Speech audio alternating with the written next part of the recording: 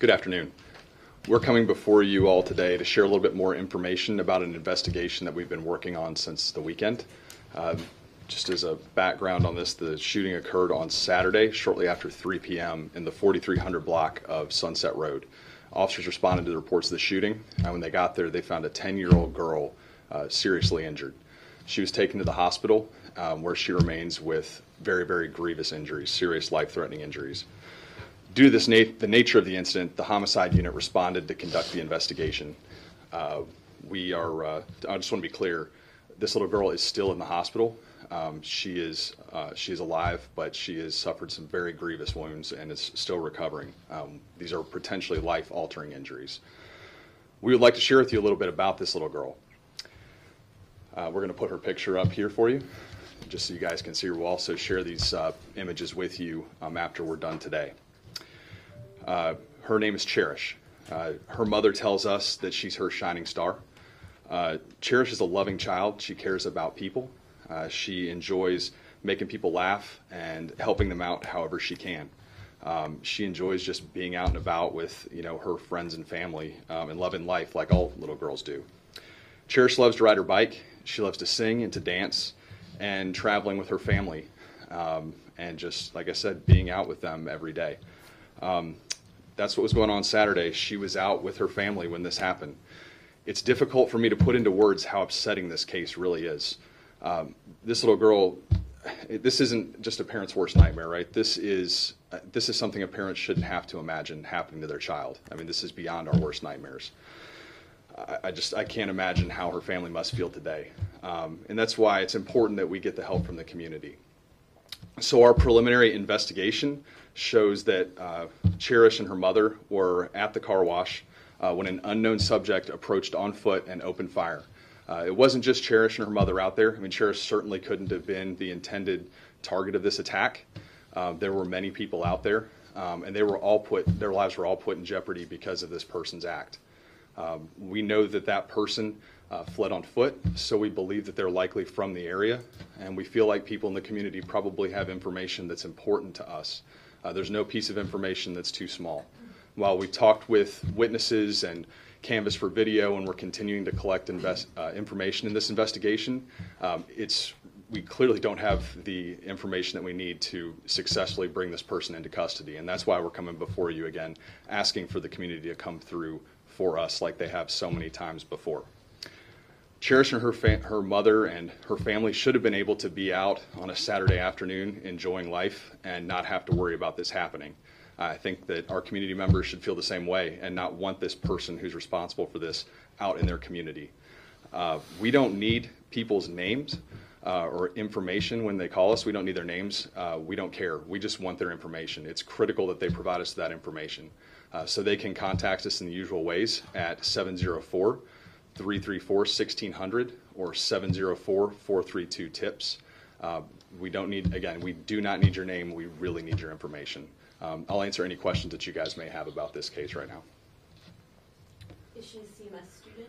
I'm not going to get into any specifics beyond her first name. We agreed. We talked to the family. They agreed to let us share her image and her first name, but usually we protect the information of our juvenile victims. I just think it's really important that people understand that this isn't just a shooting. I mean, this is a real victim. This is a young girl whose life has been impacted by this and probably changed forever because of it. Do you have any reason to believe that her mother was the intended target, or that?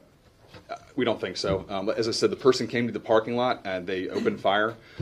It could have struck anybody there, but we don't have any specific information as to that. But we, again, need any information anyone has to be very helpful.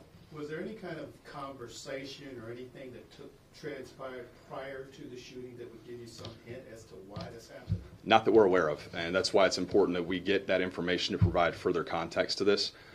As I said, we've gotten a lot of information. We know kind of about some of the general movements of the gunman when he arrived, but it doesn't appear that there was any direct interaction with anyone before he opened fire on just a crowded parking lot, basically.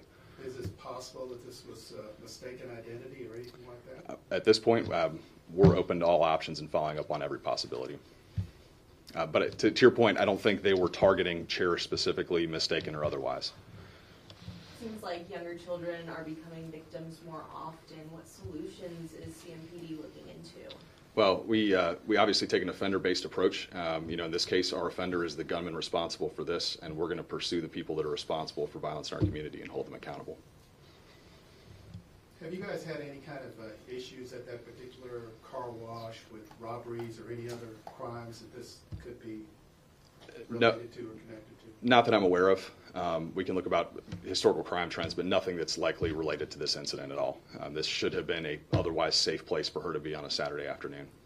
So how frustrating a case is this for you guys to work on, given the age of the victim and how little that you have to work with? It's incredibly frustrating. All of us are parents, or many of us are parents.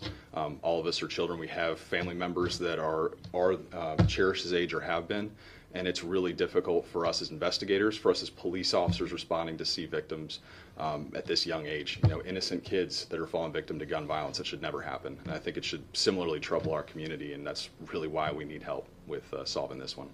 Is there any video surveillance the CMPD is looking into? We certainly are following up on a lot of leads, but I don't want to get into specifics of what information we have now, just that we really, really need more. Are the people working at the car wash being helpful in this investigation? We have a lot of people that have been helpful. Again, I don't want to get into specifics. We've got a lot of people that are doing their best, but clearly we don't have that piece of information that's critical in making an arrest in this case yet, and that's, again, why we asked for your help. Since it was a busy Saturday, how many people were at the car wash? Do you have an idea? I'm not sure about the exact number, but there was a good number of people, a fair number of people were out there, and many of them have spoken with us. What's the name of the car wash? I don't have that for you off the top of my head. We can find out. Getting into a little bit, I guess, of the crime scene, just from what I could see, you couldn't really tell whether shots had been fired into the car.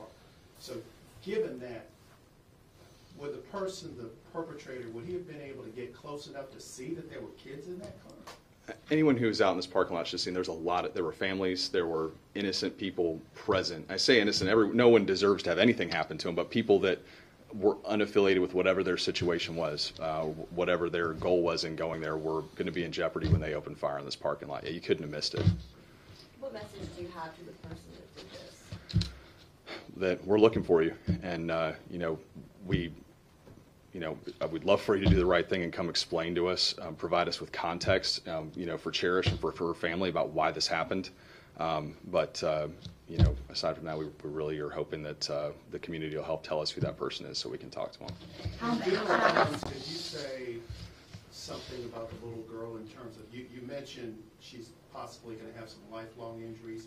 Would this inhibit her ability to walk, or are there some general things you could say about how this might affect her? I can tell you right now, they're serious injuries. It's really early on. I hope that you and everybody else will be with me in praying for her recovery. So I don't know what her prognosis is long term. I'm praying for a great recovery, but even just emotionally, this has got to have a tremendous impact on you lifelong. This isn't something that happens to a 10-year-old and is easily forgotten. Where was she shot? I'm not going to get into the specifics of her medical injuries. Any other questions for the lieutenant outside specifics of the case?